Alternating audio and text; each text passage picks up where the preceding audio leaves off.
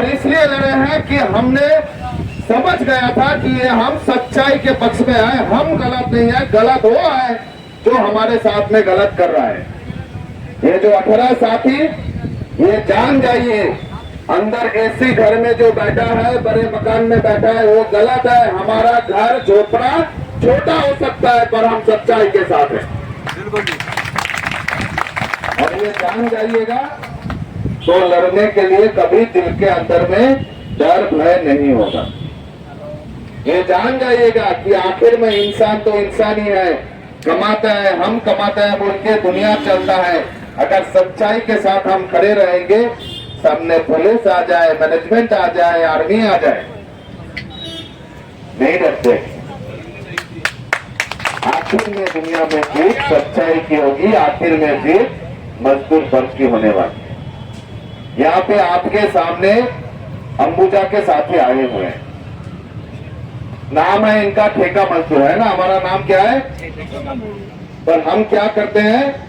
मजदूरी। ठेका में किसने लगाया? मैनेजमेंट। तो वो हमें ठेका में लगाया, परमानेंट में लगाया, कैजुअल में लगाया, फिक्स टर्म में लगाया, उससे हमें क्या आता जाता है? वो तो उनका हिस्सा है, हमारा हिस्सा है, हम मजदूर हैं। और मजदूर के अंदर में किसी को ठेका बनाया, किसी को परमानेंट बनाया, किसी को एग्जीक्यूटिव बनाया, किसी को इंजीनियर बनाया और टुकड़ा टुकड़ा टुकड़ा टुकड़ा कर दिया। और उनमें सबसे नीचे का तबका कौन है? ठेका मजदूर। हाथ रखेंगे मर्जी है, गाल निकाल देंगे मर्जी है। 15 साल BHEL में काम किया। यादव जी, भाई विजय यादव जी और किसान एकता संघ के प्रदेश अध्यक्ष हमारे भाई प्रमोद शर्मा जी, हमारी महिला जनवादी समिति के साथी और जितने भी मेरे मजदूर साथी, मेरे पूर्व के वक्ताओं ने कहा कि हमें समर्थन देने किसान भी आए हैं। तो मैं एक बात पहले तो सबसे क्लियर कर दूं कि किसान और मजदूर अलग अलग नहीं है।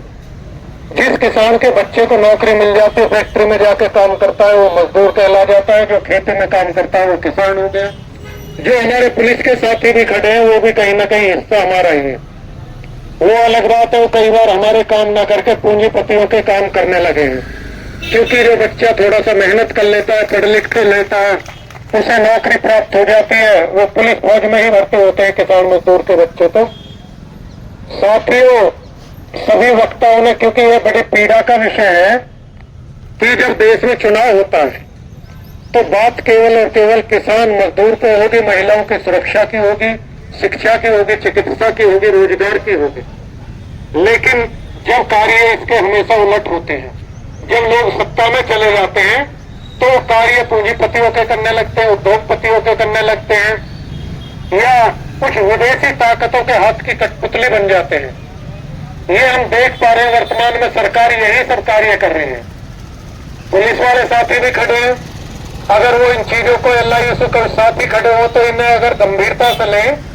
साथियों, 60 दिन से ये लोग धरना दे रहे हैं और बात कितनी सी है कि ठेकेदारी पे जो लोग कार्य कर रहे थे, उन्हें जो देश में कानून बना है उस कानून को लागू करने की बात है, उसके अनुसार वेतन देने की बात थी, उन्हें निकाल के बाहर खड़ा कर दिया। बात तो बड़ी न्याय संगत थी, क्योंकि देश का सदन जहां हमारे प्रतिनिधि चुन के जाते हैं वहां पे कोई कानून बनता है, कानून पास होता है, सभी पे वो लागू होता है। आज पुलिस वाले साथी बैठे, उन पर भी लागू हो रहा है। कोई जिलाधिकारी सही जिले का, उस पर भी लागू होता है। तो ऐसी क्या दुविधा है कि जो मजदूर कंपनी में कार्य कर रहा है उसके लिए वो कानून नहीं है? उस कानून के तहत ही तो वो न्याय मांग रहे हैं। लगातार बैठे हुए सड़क पर पिछले 60 दिन से। ये बेहाई की चरम सीमा है कि उनके मध्य को वार्ता के लिए नहीं आया। कितना छोटा सा कार्य है। अगर एक प्रमुख कोई पुलिस का, मैं कह रहा हूं CO रैंक का अधिकारी भी आके एक वार्ता करा दे तो 2 मिनट में इन लोगों को रख लिया जाएगा नौकरी पर। लेकिन उनकी बात तक कोई करने के लिए तैयार नहीं है। पुलिस प्रशासन व्यवस्था बनाने के लिए है।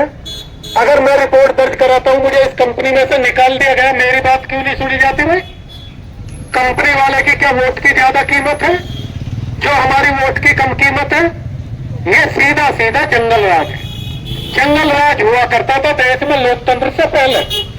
जंगल राज कहता है जो ताकतवर है वो कमजोर को खा जाएगा। समुद्र का राज कहता है जो बड़ी मछली है छोटी मछली को निकल जाएगी। लेकिन मानव विकसित हुआ, उसने एक सभ्यता विकसित करी, और वो सभ्यता क्या कहती है, एक शासन विकसित किया कि दुनिया में अगर कोई किसी कारण से कमजोर पैदा हो गया, शारीरिक रूप से कम शिक्षित हो पाया, कहीं ना कहीं उसमें हमारी कमजोरी रही है। कोई गरीब घर में पैदा हुआ, कोई अमीर घर में पैदा हुआ, इस सबको बैलेंस करने के लिए ही तो हम सरकारों को चुनते हैं कि कोई भी व्यक्ति भूखा न मरे, कोई भी व्यक्ति बिना इलाज के न मरे। अगर कोई कम पढ़ा लिखा है तो उसे उसकी योग्यता के आधार पर रोजगार उपलब्ध कराया जाए, यही तो सरकारों का कार्य है।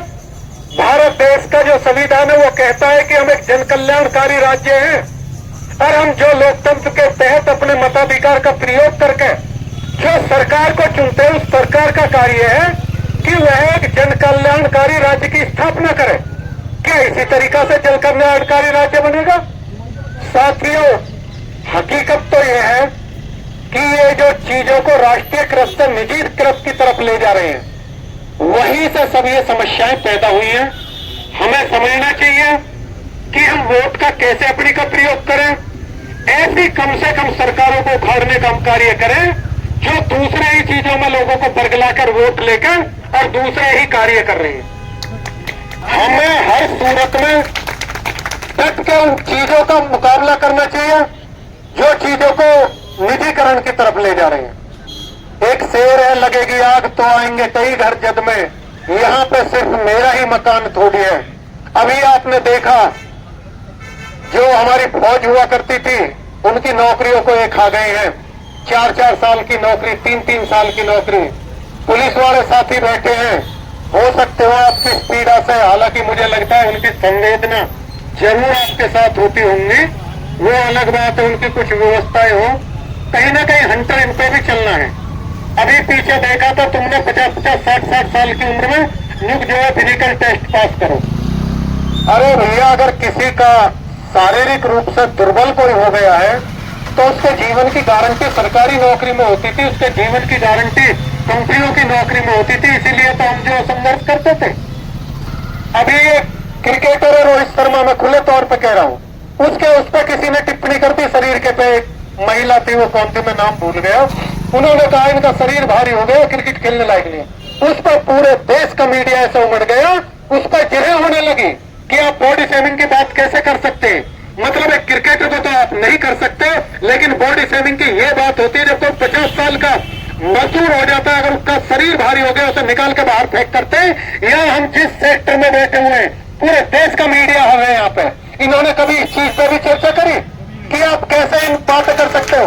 आप एक मजदूर अपंग हो जाता है, अपने हाथ मील में कटा देता है, अपने पैर कटा देता है मील में, उस पर कभी चर्चा हुई है कि उसकी पेंशन आप क्यों खा गए, उसके बच्चों के भविष्य के लिए आपने क्या किया। एक किसान जो पूरे देश को उगाकर अन्न देता है, क्या उसके भविष्य की कोई आपके पास निधि है? आप 2000 रुपए उसके खाते में 6 महीने में डाल देते हो। अरे बेशर्म।